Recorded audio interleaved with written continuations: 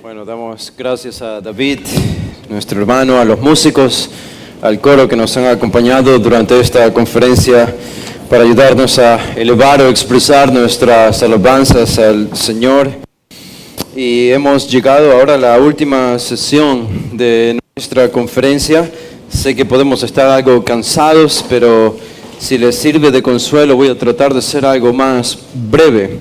En esta última sesión es meramente una conclusión de todo lo que hemos dicho en todas las sesiones desde el día de ayer y a lo largo del día de hoy. Hoy vamos a concluir y creo que en un sentido nosotros hemos estado celebrando el verdadero evangelio a lo largo de esta conferencia y lo hemos hecho a la luz de la palabra, a la luz de la escritura. Y quería comenzar con algo. Estaba pensando y meditando y revisando alguna información de algunos eventos históricos, pero uno en particular a la luz de lo que estudiamos, si se acuerdan, en la primera sesión en Juan 17, versículos del 1 al 5. Nos habíamos quedado en el tercer punto, que era el conocimiento, pero antes del versículo 3, el versículo 2, enfatizábamos la idea de la autoridad o la soberanía de Dios, cuando el Señor Jesús dice en Juan 17, 2, como le has dado potestad sobre toda carne, para que dé vida eterna a todos los que le diste. Para que dé vida eterna a todos los que le diste. Y es esta referencia, es importante, creo yo, pensar y meditar en esto. Esto apunta obviamente a la soberanía de Dios. Somos un regalo de Dios para el Hijo. Y la gloria intertrinitaria entre el Padre y el Hijo tiene que ver con nuestra salvación. De alguna manera estamos allí y esto es un enorme privilegio no merecido para nosotros. Ahora, cuando pensamos históricamente en cómo el Evangelio llegó aquí a nuestro país y a Latinoamérica, en lugar de encontrar este énfasis de que tú y yo no somos el centro de la historia, de que el énfasis no debe ser necesariamente nuestra conversión, no debe ser necesariamente salir de la Iglesia Católica, de una religión falsa o del paganismo, sino más bien que somos el producto de una elección eterna que el Padre hizo para otorgarle un regalo a su Hijo. De toda la humanidad, a Él le plació elegir a algunos para dárselos a su Hijo, sin negar, como hemos aclarado, creo, en las preguntas y respuestas, la responsabilidad humana de arrepentirse y de creer para tener fe, que también es una enseñanza bíblica. Pero pensando en esto, en la soberanía de Dios, nosotros, cuando pensamos en predicar el Evangelio, pensamos en predicar el Evangelio a una raza humana absolutamente caída. Estamos y creemos que estamos tan caídos en nuestro pecado que necesitamos o requerimos para recobrar la vida espiritual una decisión que no puede ser tomada por nosotros. Una decisión que no puede surgir, no puede ser fabricada por el hombre. Y en uno de nuestros talleres, nuestro hermano Jonathan habló del problema del decisionismo, la idea de que tú eres salvo solo porque tomas una decisión por Cristo. Más bien, nuestro énfasis es que predicamos el Evangelio a una raza humana caída de manera absoluta y completa en el pecado, sin esperanza. Una decisión no te puede salvar, una obra no te puede salvar, solo una elección divina tomada desde la eternidad pasada.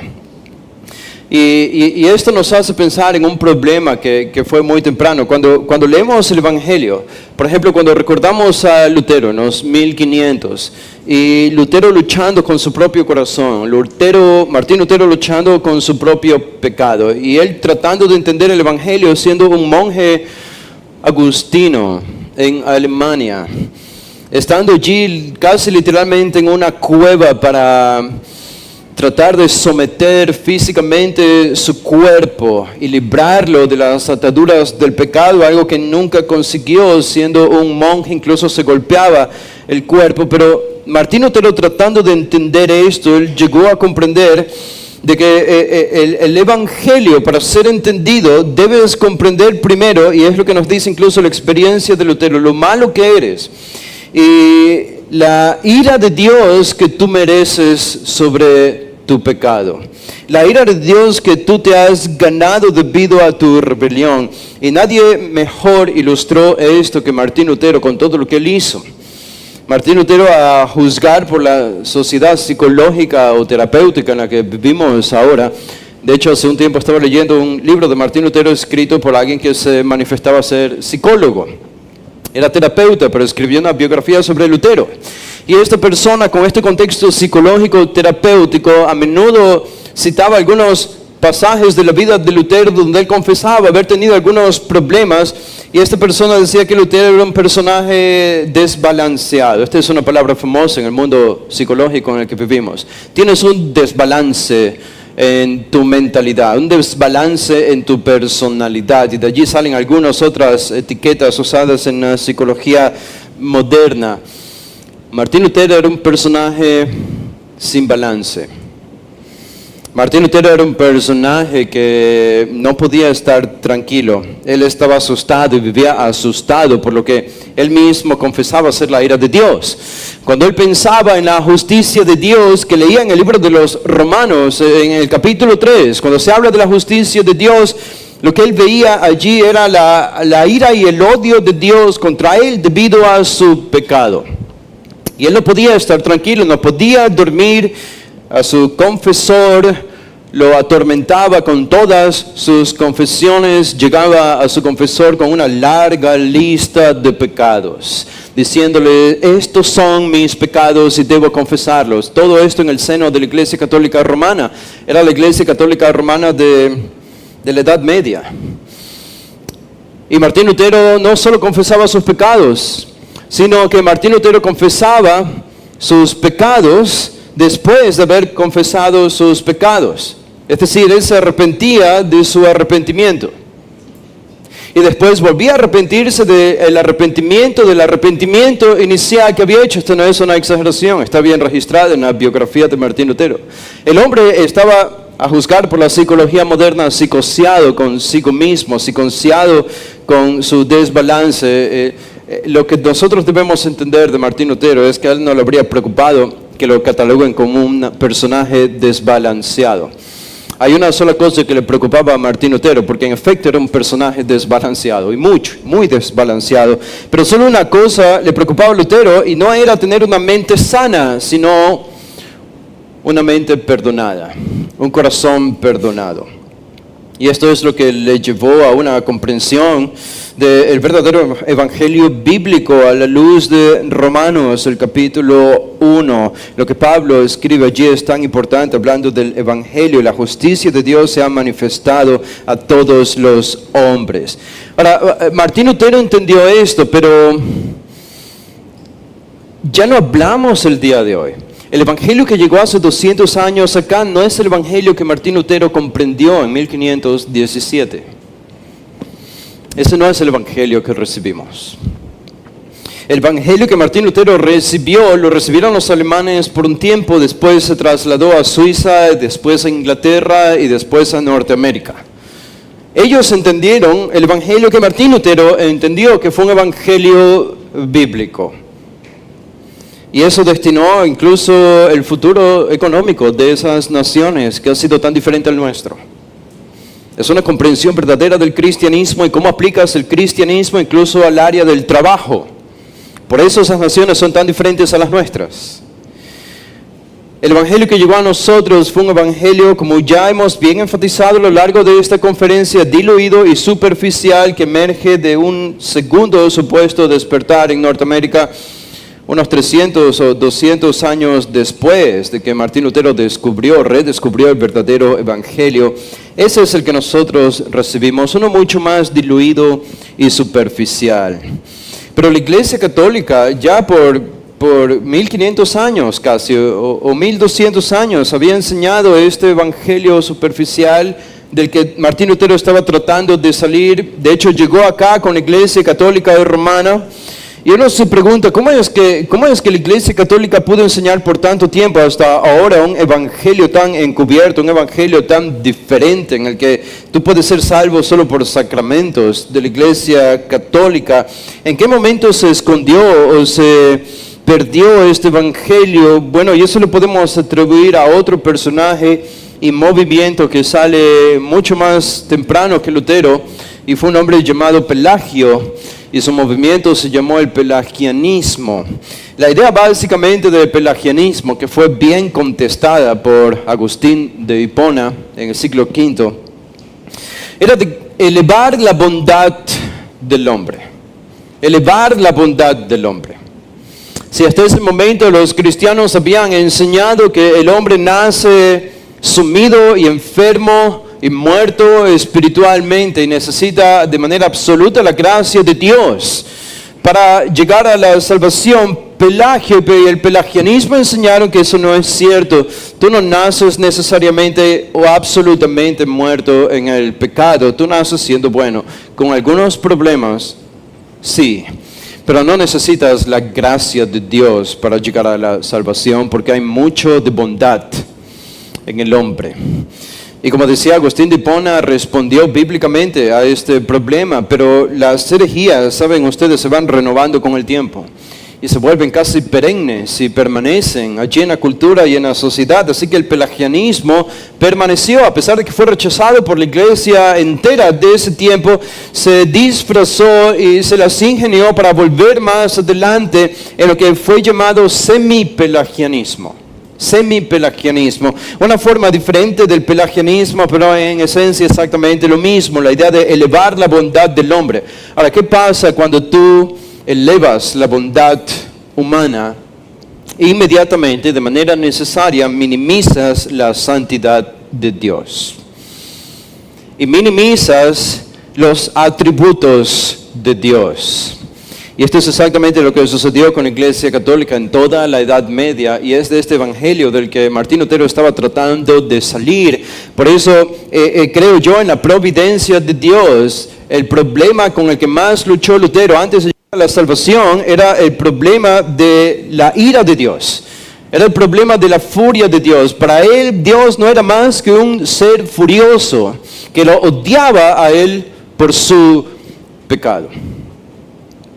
Y esto es lo que llevó a Lutero a comprender, como decía, el genuino y verdadero evangelio. Él entendió que la justicia de Dios no era un atributo en el contexto de Romanos 1, sino que era una manifestación, era un don de Dios para los perdidos, de que Dios no está pensando en su justicia necesariamente como Él es justo, sino que está pensando en dar su justicia a los pecadores para que puedan llegar a la salvación. Y esto abrió un mundo nuevo, esto abrió las puertas del paraíso espiritual, abrió el camino para que el evangelio genuino comience a correr por Europa y por Norteamérica. Lutero entendió la ira de Dios. Lutero entendió la santidad de Dios. Y Lutero entendió lo que los evangélicos no hemos entendido en 200 años, que Jesús no es un Jesús dulce. A menudo se ha enseñado en el Antiguo Testamento, Dios está enojado, en el Nuevo Testamento debes ir a Jesús porque Él es mucho más dulce que el Dios del Antiguo Testamento. Ese no es el Evangelio, Jesús no es dulce. La ira de Jesús se manifiesta. De hecho, esto fue dicho por un ateo que al menos logró reconocer lo que muchos de sus compañeros ateos no han reconocido. Y los filósofos y protestantes no han reconocido, que han dicho que Jesús es un Dios más tierno que el Dios del Antiguo Testamento, que es un Dios de venganza, de justicia y de ira. Este ateo Charles Dawkins, el cuarto jinete del Apocalipsis, algunos lo llamarían de esta manera, por lo que él representa. Pero él decía, el Jesús, cualquiera que dice que Jesús es dulce, más dulce que el Dios del Antiguo Testamento, es porque no ha leído el Nuevo Testamento. Porque en el Nuevo Testamento, en efecto, se lo presenta a un Jesús también con ira contra el pecado. Y saben que este es el tema creo yo que no fue enfatizado. Uno de los temas que no fue enfatizado por los primeros misioneros que llegaron a Latinoamérica y al Ecuador, no predicaron necesariamente un Dios de ira. Este es un elemento importante del Evangelio que faltó. Si no predicas la ira de Dios contra el pecado de la humanidad, no estás predicando la santidad de Dios. Estás diluyendo el carácter de Dios. Es necesario hablar de la ira de Dios y de la furia de Dios si queremos entender el pecado. Dios es un Dios que se enoja y se enoja tanto que ha creado un infierno eterno. Este no es un mensaje popular, sabemos eso y entendemos, pero es el mensaje bíblico, es el evangelio bíblico. Ahora, lo que Jesús está diciendo, llegando aquí a Juan 17, hemos pasado del versículo 2, hemos llegado al versículo 3, en el versículo 3 estábamos hablando del tema del conocimiento, primero la gloria en el versículo 1, segundo en el versículo 2 la soberanía o la autoridad. Y en el versículo 3, el conocimiento. El conocimiento son aspectos y elementos del Evangelio que la iglesia de Latinoamérica ha carecido. No lo tenemos en nuestras raíces. Déjeme leer de nuevo este versículo 3. Jesús dice, y esta es la vida eterna, que te conozcan a ti, el único Dios verdadero, y a Jesucristo, a quien has enviado. Ahora decíamos, este conocimiento no es meramente para entrar a la vida eterna. Este conocimiento es la vida eterna, es lo que dice Jesús. Y esta es la vida eterna. Esta vida eterna entonces se constituye en un conocimiento, pero es un conocimiento no meramente intelectual. Es un conocimiento intelectual, sí, pero es más que un mero conocimiento intelectual. De hecho, la misma palabra comunica la idea de que no es solamente un asentimiento mental a creer algo, es más que eso, es abrazar una verdad. No es un conocimiento tampoco completo de Dios o pasado. No es la idea de que ya conocía a Dios en el pasado. La idea de este verbo es algo continuo, es algo progresivo. Es el continuamente esforzarse por adquirir un conocimiento de Dios que va creciendo. Tiene un comienzo, sí, pero no tiene un final, sino que continúa creciendo y creciendo y creciendo. Pensando en la historia de Latinoamérica, un reconocido pastor declaró en una predicación que los latinoamericanos hace algunos años, lo dijo, no conocían a Cristo. No conocían a Cristo. Y yo creo que ese pastor tenía razón cuando lo dijo.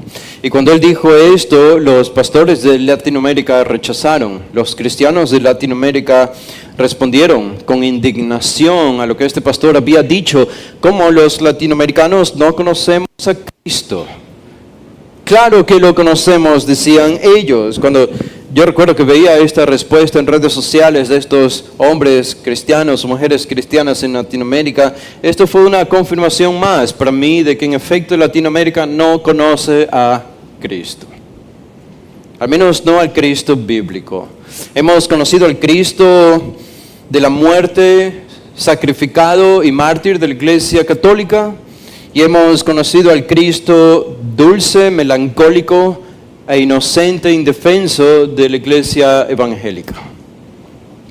Pero ese no es el Cristo de la Biblia. Ese no es el Cristo del evangelio bíblico. El evangelio bíblico nos presenta un Cristo diferente. Y aunque yo creo que el evangelio o el Cristo del evangelio de la iglesia evangélica es superior y se acerca más al bíblico de lo que la Iglesia Católica pronunció, no deja de ser peligroso no dejar de ver los problemas que hay con este Cristo. Jesús aquí no habla de un conocimiento, ya decíamos, intelectual de Dios, ni de alguien que está seguro que Dios existe. No es solo eso, es una aprehensión de la verdad acerca de Dios. Es una aprehensión de nuestra mente y de nuestra voluntad. Es decir, no solo tu mente cree en este Dios y en este Cristo, sino que tu voluntad está conectada a lo que tu mente cree acerca de este Dios y de este Cristo. Es apropiarte de quién es Dios de tal manera que Él se convierte en una poderosa influencia en tu vida. De eso habla Jesús aquí cuando dice, esto es la vida eterna, que te conozcan. Alguien lo puso de esta manera: este conocimiento es fe perfeccionada. Es fe perfeccionada. Ahora, noten que este conocimiento es doble en el versículo 3. Dice, y esta es la vida eterna, que te conozcan a ti, eso es uno, a ti, esto es Dios hablando al Padre, el único Dios verdadero, y en segundo lugar, y a Jesucristo, a quien has enviado. Son dos cosas que uno tiene que conocer. Ahora, este es el complemento del Nuevo Testamento. Ahora, el Nuevo Testamento, cuando habla de la vida eterna, no es solamente Dios, ahora es Dios y Jesucristo. Son los dos juntos, siempre. No podemos conocer a Dios sin la obra del Hijo. Es imposible. Noten el versículo 25. El versículo 25 allí mismo dice Jesús, terminando esta oración sacerdotal, dice, Padre justo, el mundo no te ha conocido, pero yo te he conocido y estos han conocido que tú me enviaste. De nuevo es casi lo mismo que encontramos en el versículo 3. Cuando los misioneros comenzaron a llegar hace 200 años, decía en las preguntas y respuestas, llegaron también a sectas. En los 1800, comenzando los 1900, una de las sectas que llegó aquí a Latinoamérica y Ecuador fue la secta de los Testigos de Jehová. Los Testigos de Jehová, que a veces sin querer nos parecemos a ellos por cómo nos vestimos, pero la secta de los Testigos de Jehová, ellos promueven la idea de que Jesús es un gran ser, Jesús fue un gran profeta, fue un excelente hombre, que Jesús es alguien a quien nosotros debemos adorar. Y ellos incluso dirían que Jesús es Dios. Pero es Dios o es un Dios que tiene un comienzo. Tiene un comienzo. Es decir, en algún momento fue creado por el Padre, por Jehová. Obviamente ellos están afirmando la idea de que Jesús no es Dios como el Padre, sino que es un Dios diferente. De hecho, en su propia Biblia, en la Biblia de los Testigos de Jehová, ellos han cambiado algunos versículos, han hecho algunas modificaciones y leyendo Juan 1:1, ellos han cambiado ese versículo y ese versículo le han añadido un artículo indefinido. Y ellos dicen, en el principio era el verbo y el verbo era con Dios y el verbo era un Dios. El verbo es una referencia a Cristo. Y ellos dicen, el verbo era un Dios. Este verbo inequívocamente en este versículo, leyendo a la luz de lo que dice Juan, es Dios, es lo que dice al final, y el verbo era Dios. Bueno, ellos tienen que negar esto, porque ellos no creen que Jesús sea Dios o comparte la misma esencia divina que el Padre. Entonces añaden este indefinido artículo, un Dios. Eso significa que el Padre, Jehová, es Dios, y Jesús es otro Dios, ¿verdad? A la luz de lo que la Biblia de ellos enseña, ellos creen en dos dioses.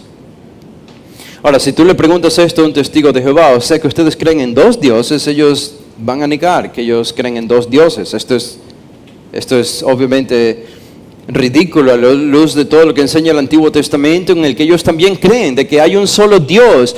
Ahora, es tan interesante cuando pensamos en este versículo 3, en Juan 17:3, porque notan lo que dice este versículo 3. Jesús, por un lado, está diciendo que solo hay un Dios. Y esta es la vida eterna, que te conozcan a ti, el único Dios verdadero. El único Dios verdadero. No hay más dioses, no hay dos dioses. La Biblia no usa el título de Dios para alguna otra persona, solo para el Dios verdadero. Y dice, y a Jesucristo a quien has enviado.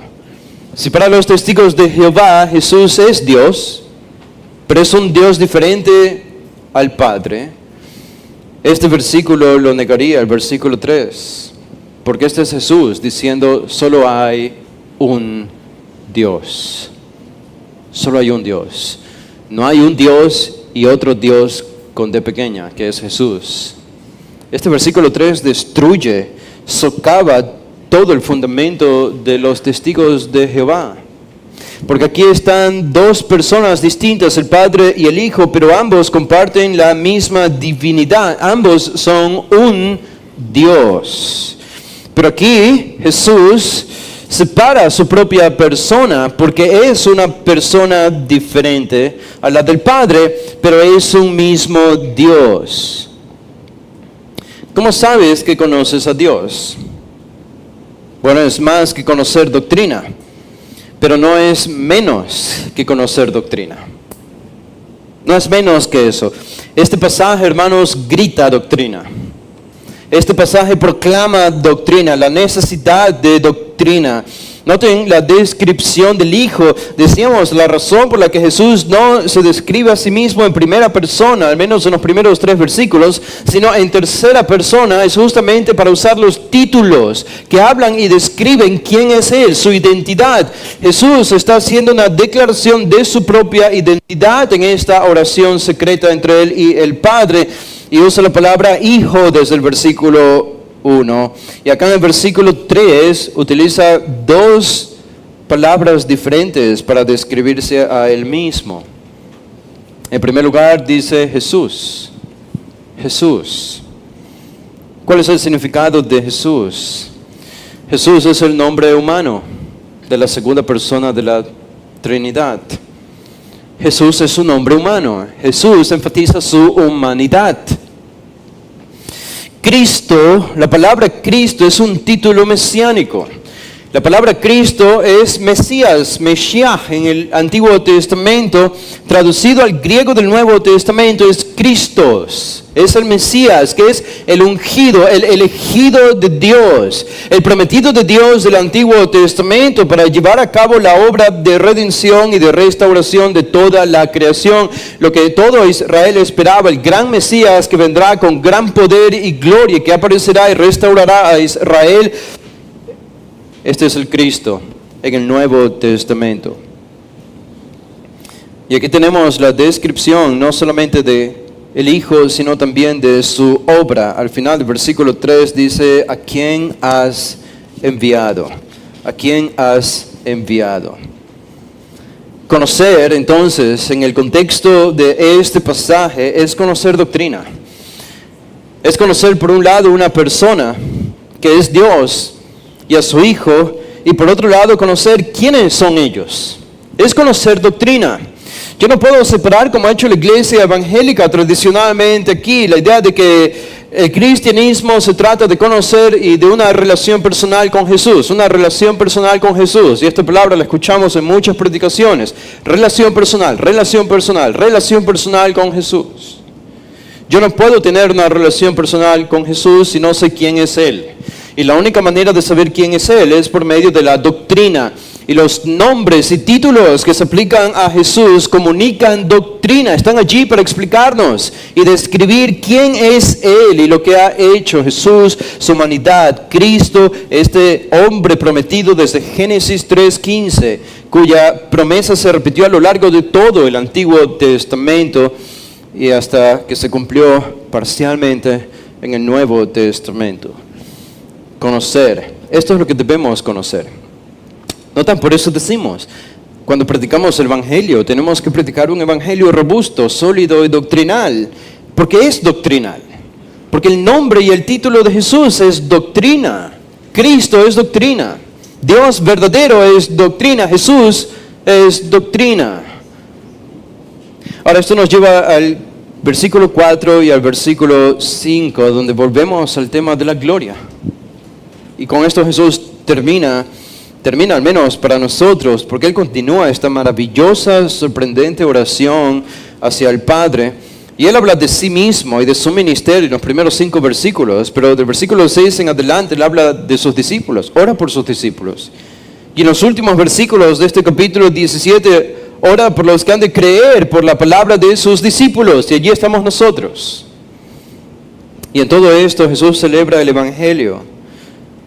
Y el versículo 4, observen el versículo 4, dice: yo te he glorificado en la tierra, he acabado la obra que me diste que hiciese. Y el 5, ahora pues, Padre, glorifícame tú al lado tuyo con aquella gloria que tuve contigo antes que el mundo fuese.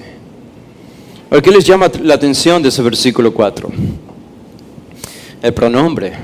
Hay un cambio aquí. Hay un cambio en este versículo 4.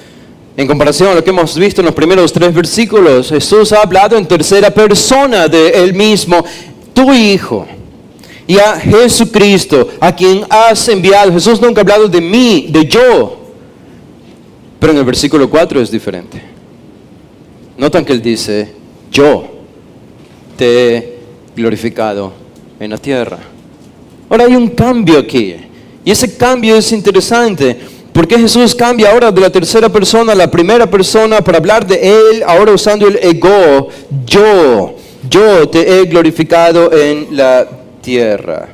Y creo que lo podemos entender si comparamos este versículo 4 con el versículo 1.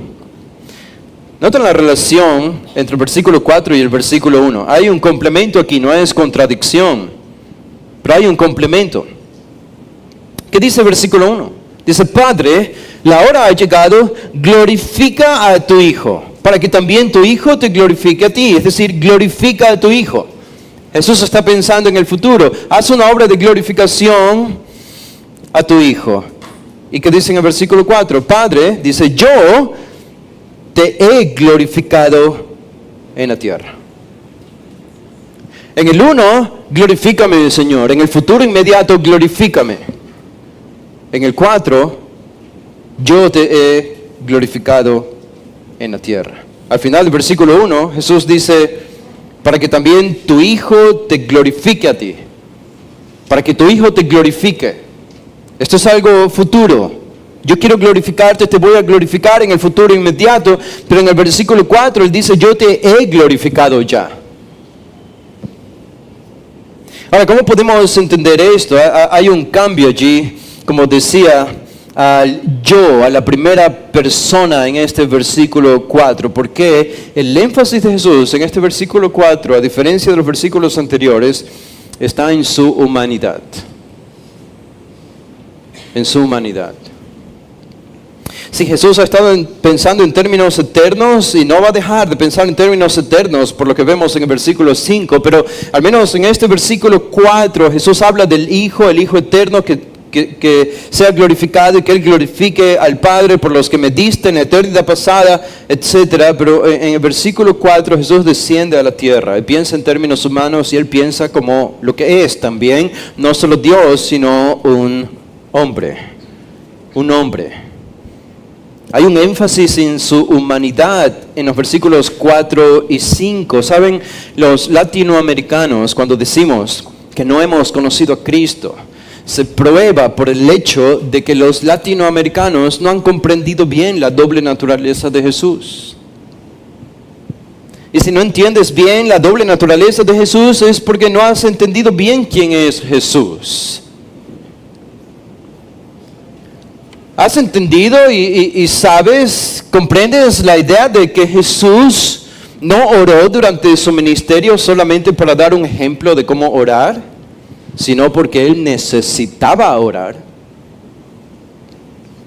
¿Puedes comprender la idea? ¿Te parece algo nuevo, novedoso, incluso no doctrinal?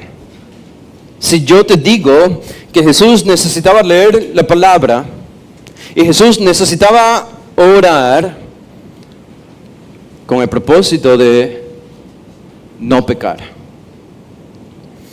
de que Jesús necesitaba alimentarse de la palabra y necesitaba orar para no pecar. Alguno diría: eso no tiene sentido porque Él es Dios.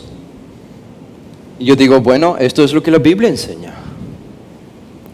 Y si no creemos eso, es porque no creemos todavía o no hemos entendido bien la humanidad de Jesús. Jesús fue un hombre. ¿Qué significa que Él haya sido un hombre? en todo exactamente igual a nosotros, con la única diferencia de que no pecó. Pero ¿qué significa ser un hombre? Significa depender de Dios también para no pecar. Como Jesús venció a Satanás en el desierto fue con la palabra de Dios. Él no le dijo a Satanás, vete porque yo soy Dios. ¿Por qué? Él podía, si es Dios. Pero él estaba viviendo como un hombre.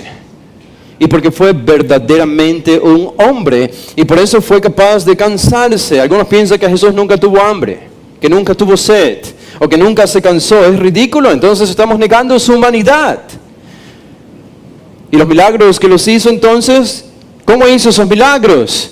Hizo esos milagros con el poder del Espíritu Santo. ¿Es Dios? Claro que fue Dios. Es Dios, siempre ha sido Dios. Pero Él, en su encarnación, durante su encarnación, vivió como un hombre. Y solo como un hombre.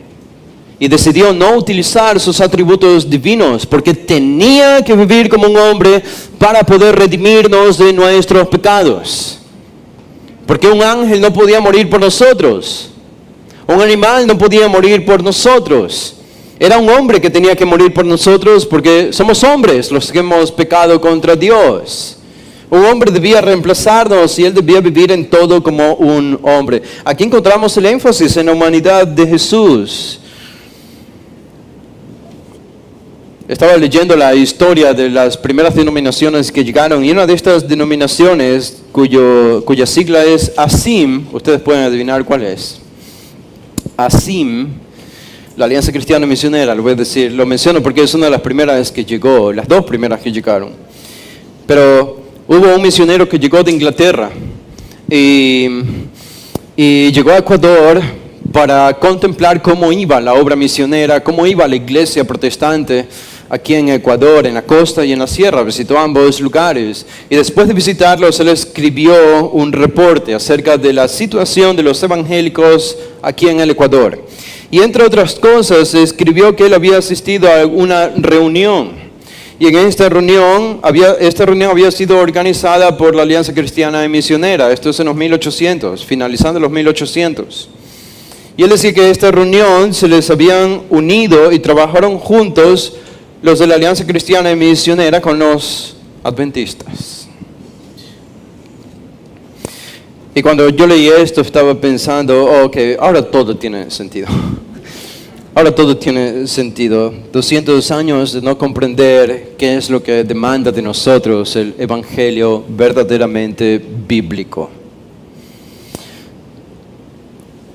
Jesús está diciendo aquí en el versículo 4, yo te he glorificado en la tierra. En la tierra. Jesús está pensando en su ministerio en la tierra. Saben que Jesús no hizo milagros antes de los 30 años, ¿verdad? Él comenzó a hacer milagros a los 30 años. ¿Qué hizo Jesús antes de los 30 años? Vivió como cualquier otro hombre, en obediencia perfecta. Pero Jesús está pensando en su vida aquí en la tierra. Él ha glorificado al Padre. Ahora Juan nos ha hablado acerca de Cristo dándole gloria a Dios o representando la gloria de Dios. En Juan 1 que leímos, dice en el principio era el verbo y el verbo era con Dios y el verbo era Dios. El versículo 14 dice, y aquel verbo fue hecho carne y habitó entre nosotros y vimos su gloria. Gloria como del unigénito del Padre, lleno de gracia y de verdad. Es decir, Cristo manifestó en su encarnación la gloria del Padre. Y el versículo 18 dice, a Dios nadie le vio jamás. El unigénito Hijo que está en el seno del Padre, Él le ha dado a conocer.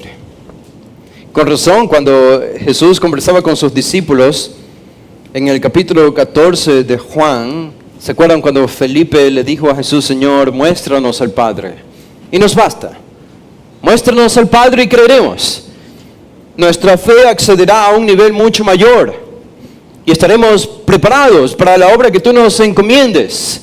Muéstranos al Padre. ¿Cuál fue la respuesta de Jesús? En el versículo 9 dice, tanto tiempo hace que estoy con vosotros y no me has conocido, Felipe. El que me ha visto a mí, ha visto al Padre. ¿Cómo, pues, dices tú, muéstranos el Padre? ¿Qué significa esto? Jesús está identificando como el Padre. Eso sería un problema, porque eso negaría la Trinidad. Tiene que haber una distinción entre el Padre, el Hijo y el Espíritu Santo. Son tres personas diferentes, un solo Dios. ¿Qué hace Jesús aquí? Él dice, el que me ha visto a mí, ha visto al Padre. ¿Es Jesús el Padre? Imposible, eso sería un problema. Pero ¿en qué piensa Jesús? Versículo 10. Él dice, Juan 14:10. ¿No crees que yo soy en el Padre y el Padre en mí? Las palabras que yo os hablo, no las hablo por mi propia cuenta, sino que el Padre que mora en mí, Él hace las obras. Y la palabra clave allí es obras. Obras. El versículo 11, Jesús continúa y dice, creedme que yo soy en el Padre y el Padre en mí. De otra manera, creedme por las mismas obras. Obras. ¿Cuál es el secreto? Y el versículo 13, Jesús dice, y todo lo que pidieras al Padre en mi nombre lo haré para que el Padre sea glorificado en el Hijo. ¿Cómo Jesús puede decirle que me ha visto a mí, ha visto al Padre? Porque Jesús hizo las obras del Padre cuando estuvo aquí en la tierra. Y ver esas obras de Jesús era ver las obras de Dios. Porque Dios las estaba haciendo por medio de su Hijo. Y esto resume su ministerio terrenal. Esta es la gloria de la Navidad que nosotros cantamos cada diciembre. Cuando los ángeles aparecieron, hablaron y cantaron de la gloria de Dios. Cuando los pastores llegaron a José y a María, hablaron de la gloria de Dios. El tema era la gloria de Dios porque un hijo nos es nacido. Y era la manifestación divina. La gloria de Dios se había manifestado en el Hijo. Y esta es la gloria que aparece de Dios en todo el Antiguo Testamento, en la Shekinah, en el monte Sinaí.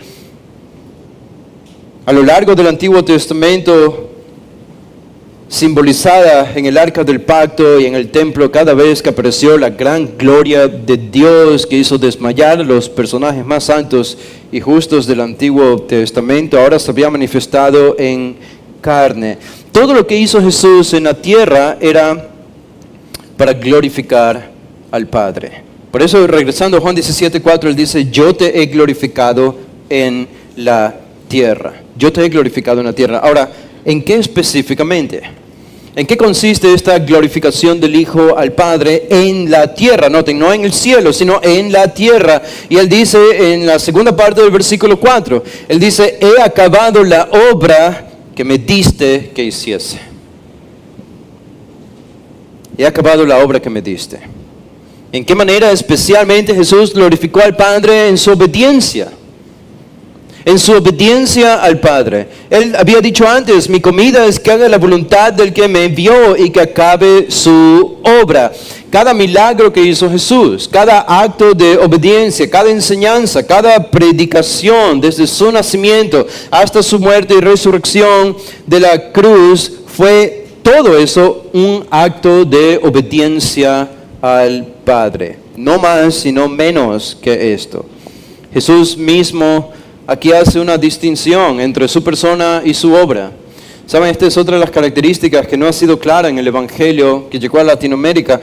Tenemos que distinguir, aunque las dos van inseparablemente unidas, la persona de Jesús y la obra de Jesús. Y él hace esa distinción aquí en el versículo 4. Yo te he glorificado en la tierra y ahora la obra. He acabado la obra que me diste que hiciese. Esta obra resume todos los milagros y enseñanzas que Jesús había hecho. Y esto también incluiría lo que iba a hacer a continuación Jesús, que es su obra redentora en la cruz y su resurrección. Ahora noten el versículo 5. Jesús, habiendo acabado la obra que el Padre le había dado que haga, dice el versículo 5, ahora pues, una vez que yo he terminado de glorificarte en mi obediencia a ti, glorificar a Dios en un sentido es obedecer a Dios. Glorificar es hacer feliz a una persona, pero no cualquier felicidad. Gurnall describe o define la glorificación como es esa actitud de ebullición gozosa que emana del corazón, que no puede haber otro gozo comparable a este. Es una felicidad sin límites. No solo gozo, sino supremo, sumo gozo. ¿Y cómo se lo glorifica a Dios? Obedeciendo a Dios. Obedeciendo. Y Jesús dice, yo he hecho esto. Yo he hecho esto como un hombre aquí en la tierra. Y lo he hecho perfectamente. Ahora el versículo 5 dice, ahora pues, Jesús hace una petición. Padre, glorifícame tú al lado tuyo. Glorifícame tú al lado tuyo. ¿Está pidiendo algo Jesús aquí que solo le pertenece a Dios? ¿Está intentando Jesús atribuirse gloria a sí mismo? Y sabemos que la gloria solamente le pertenece a Dios. Jesús está pidiéndole gloria a Dios. Jesús pide al Padre y le dice, dame gloria. Dame gloria. Necesito gloria. Esta es la petición del versículo 5, que de hecho es la única petición que Jesús le hace al Padre, que tiene que ver con Él mismo. Es la gloria. ¿Saben? No hay petición como esta en toda la Biblia.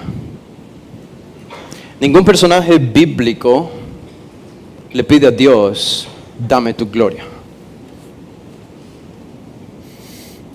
Jehová le dice a Moisés, es cierto, en el Antiguo Testamento, yo me santificaré en ti, me santifico en ti o me glorifico en ti, pero eso es diferente, es Jehová, Dios tomando la iniciativa. Acá es Jesús tomando la iniciativa y Jesús le pide al Padre, dame gloria, dame tu gloria, así que esto es diferente. Y no hay comparación a esta petición en toda la Biblia, en toda la revelación bíblica, ningún otro personaje se ha atrevido a pedirle esto a Dios. ¿Qué está diciendo Jesús aquí? ¿Qué está pidiendo Jesús aquí? Esto es lo que le está pidiendo. Que el Padre incremente su propia gloria. Que el Padre incremente su propia gloria en el Hijo. En los eventos que están a punto de suceder. Que son las horas de la agonía, de la crucifixión, de la sepultura y de la resurrección de Jesús. Jesús está pensando en eso específicamente. Y dice, Padre, dame tu gloria para que tú seas más glorificado. Cuando yo sufra, muera y resucite de la muerte. Jesús nos está pidiendo algo diferente al darle gloria a Dios. Jesús, al pedirle gloria al Padre, es porque quiere glorificar más al Padre. Padre, incrementa más tu gloria. Y para incrementarla, dame gloria a mí. La necesito, porque estoy a punto de morir por los pecados de todos los que han creído y van a creer. Estoy a punto de sufrir el infierno. Glorifícame en todo este proceso.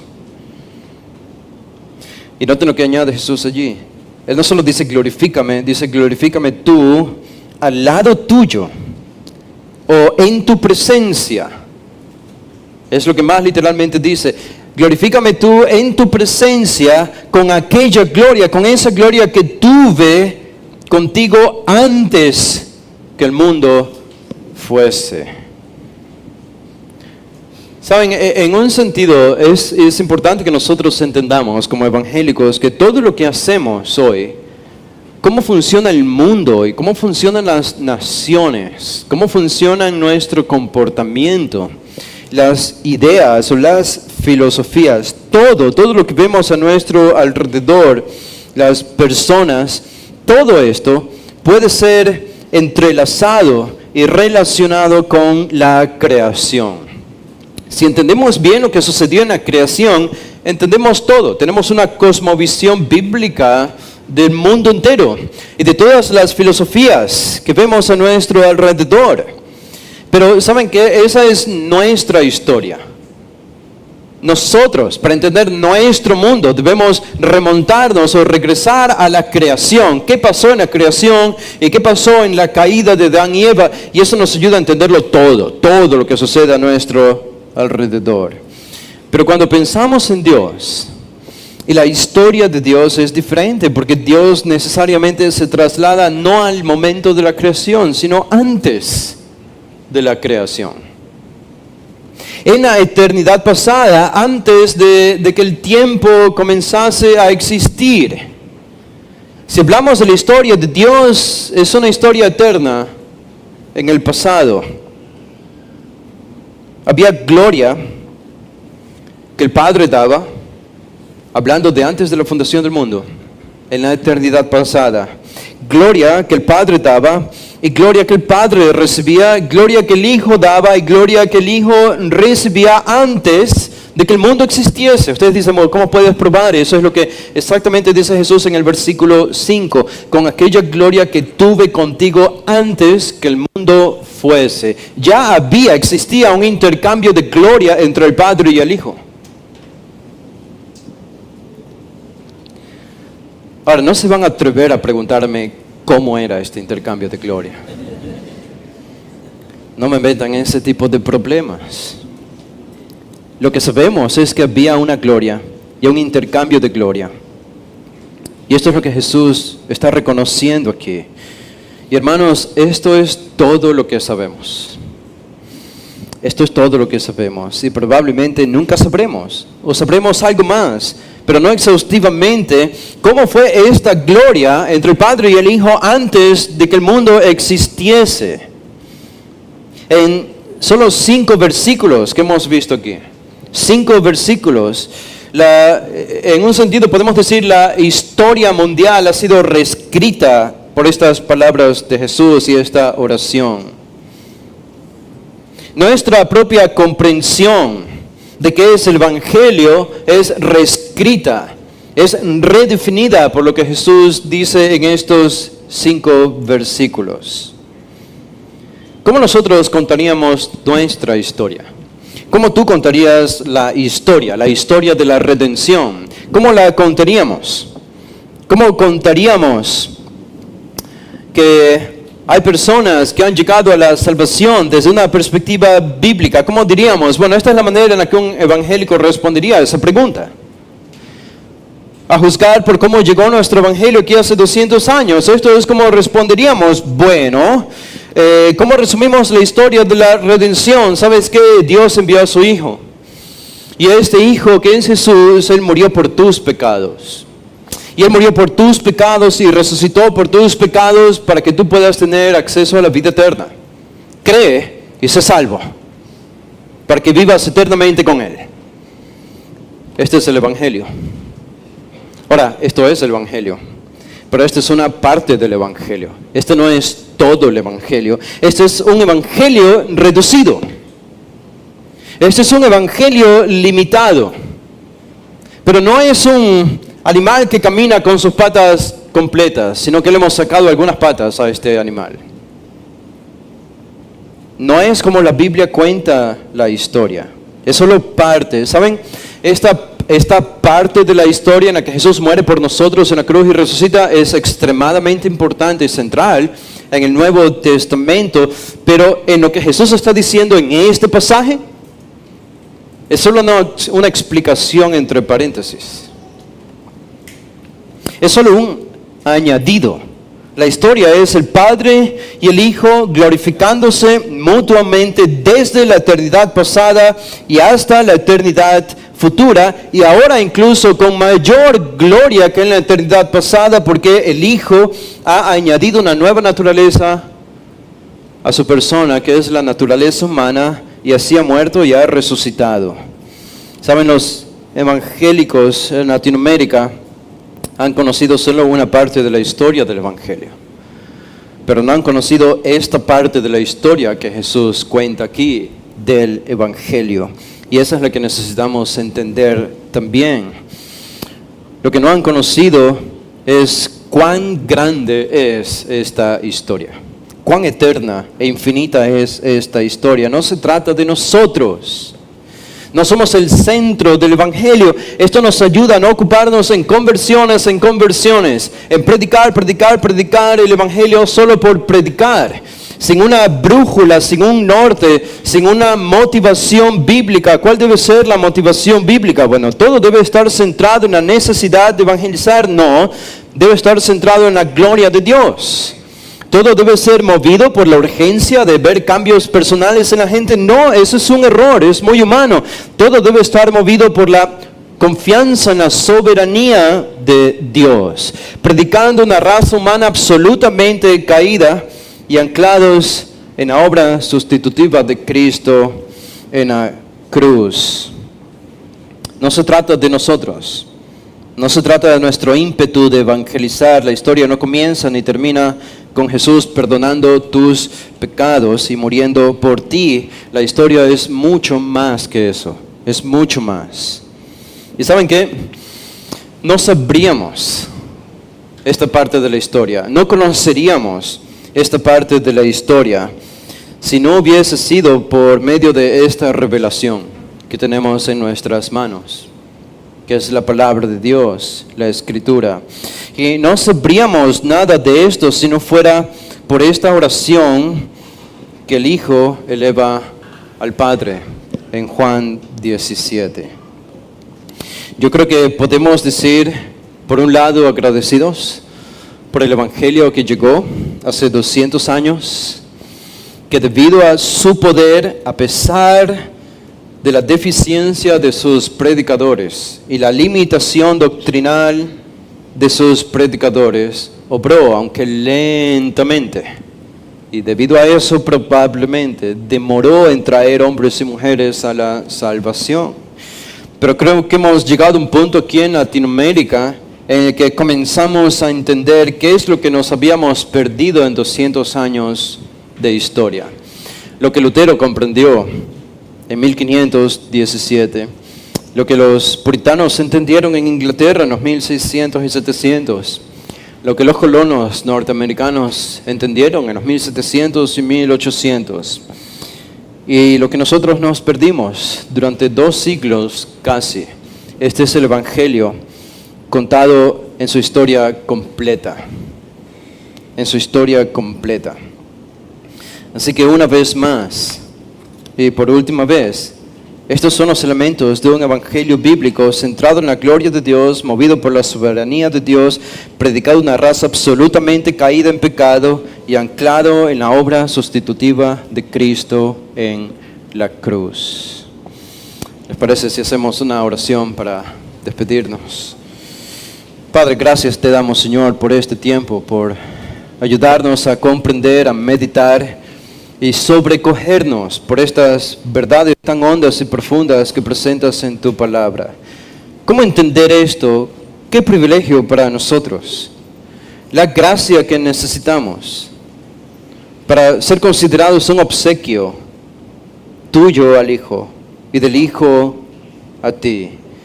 Estamos introducidos de alguna manera inexplicable para nosotros en este intercambio de dones eterno, desde la eternidad pasada. Y ahora llevándonos a un mundo, a una nueva creación, a una recreación que tú estás preparando para los que han creído en ti. Y nosotros somos los heraldos, hasta que ese mundo llegue, proclamar este evangelio bíblico, del que nos hemos perdido por 200 años, pero ahora predicándolo bíblicamente para llevar a mayor número de personas a este nuevo mundo que tú estás recreando. Padre, danos un corazón que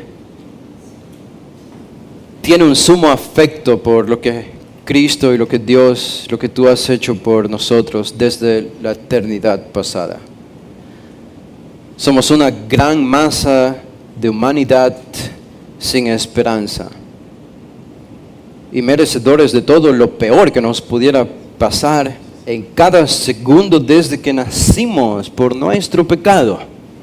Nada más que esto es nuestro merecimiento a la luz de tu palabra. Es lo que enseña el verdadero evangelio. Es ver la ira como la vio Lutero.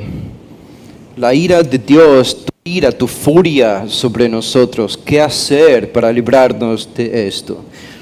Y estas son las buenas nuevas que tú enviaste a tu Hijo desde la eternidad pasada en un plan redentor, tomando forma de siervo hecho semejante a los hombres, para venir, vivir una vida de obediencia y morir en la cruz en sustitución por nosotros, para sufrir nuestro infierno y para darnos su obediencia perfecta y poder estar delante de ti con esa obediencia de tu Hijo.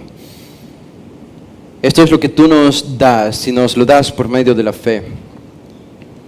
La fe que es apropiarnos de tus promesas, abrazar tus promesas, crecer en afecto por esas promesas y demostrarlo con nuestra obediencia. Hazlo aquí, hazlo en los hermanos que nos visitan, en los de nuestra iglesia, en todos los que están aquí presentes, Señor, que de ahora en adelante reflejemos este verdadero evangelio. Nunca más nos atrevamos a proclamar o a tolerar en nuestras iglesias un evangelio superficial, sino que luchemos sanamente, pacientemente, pero con la verdad, a izquierda, derecha, arriba, abajo, por comunicar y esparcir un evangelio profundo, sólido y bíblico. Lo pedimos, Señor, y ponemos esta petición en tus manos, en el nombre de Jesús. Amén.